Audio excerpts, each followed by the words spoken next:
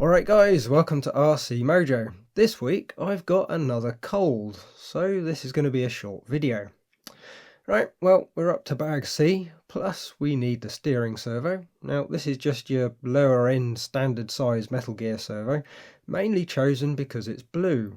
You really don't need anything special, but the Metal Gears are a good idea.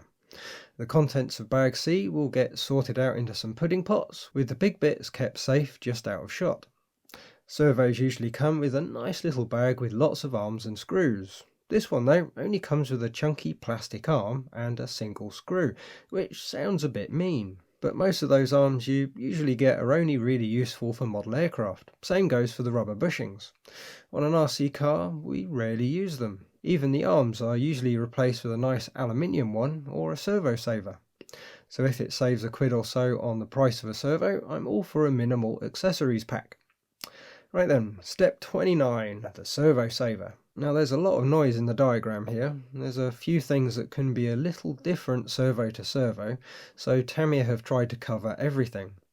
The first thing to choose is the screw. Now Tamiya list 4 up in the top left, but we only need one of them. Which one does depend on the servo. Plastic gear servos tend to use the self-tappers, so we can discount them. Then we have a choice of an M2.6 and an M3. This servo uses the M3, like almost all the low-cost servos that use Futaba splines. Next, we need the bits that make up the servo saver. Left to right, we have P1, the plastic washer, P3, the arm, P4, the spring, then we have the boss. Now, P5 is the correct one for Futaba splines, P6 is a little bit smaller. Before we can fit the servo saver, we need to make sure the servo is centered. Now you can follow the manual and hook up the ESC and the servo to your receiver and connect up a battery, making sure the trims on the transmitter are in the middle. But if you build a lot, I'd highly recommend getting yourself a servo tester.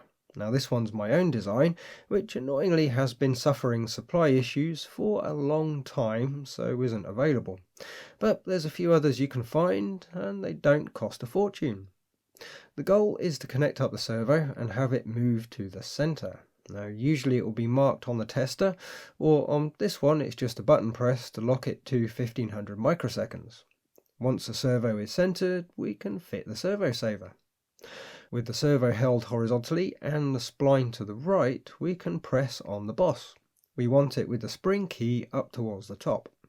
Now, if it won't quite sit perfectly at the top, find the spot where it's the closest. Next the spring goes on, then the arm, and the washer. Lastly, we install the screw. Now, if you've got a Metal Gear servo, it's not a bad idea to use a tiny smear of thread lock on the end of the screw so it doesn't fall out. I've lost count of how many of those little plastic washers and springs I've lost over the years when the screw vibrates loose. With the servo still powered, we can tighten the screw. Now you don't need to go silly with it, just bottom it out plus a little extra tweak. You should find the servo will move with the transmitter wheel or servo tester smoothly from end to end. If that's so, the servo's ready to go. Step 30, the servo mount and the rods. We need 2 3x10 self-tapping washer head screws, 2 4mm rod ends, the long and the short steering rods, and a pair of A8 servo mounts.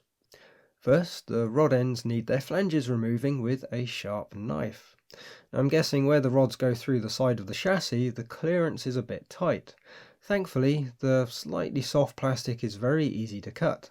We just need to line up and apply some firm pressure from above. As long as the blade is fairly good, it will go through very easily. With the 2 modified, we can thread them onto the rods. In the diagram, Tamiya have the measurements, so we can set the positions. For the short rod, it's 55mm from the Z bend to the face of the rod end.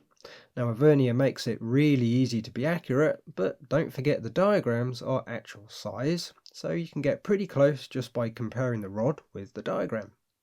Being spot on isn't too critical though. You'll almost always need to adjust them a little once on the buggy just to get the angles just right. For the servo mounts, we have a choice.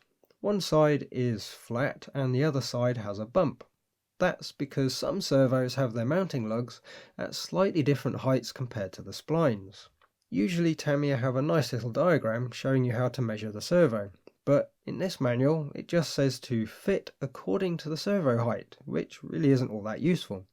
These days most common servos will want to use the flat side, but if when we fit the servo rods they aren't central in the holes in the chassis, we might need to flip them over.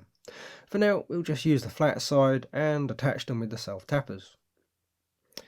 And that's the end of step 30. And I think a good a place as any to pause. We've got the servo ready to fit, which is good. Next time we'll fit it along with the ESC and receiver, then get on with the body. So sorry it's a really short video, but trying to record audio between coughing fits isn't the most fun thing to do. Right, as always then, thanks for watching, like if you like, subscribe if you haven't, and leave a comment if there's something on your mind. Bye guys!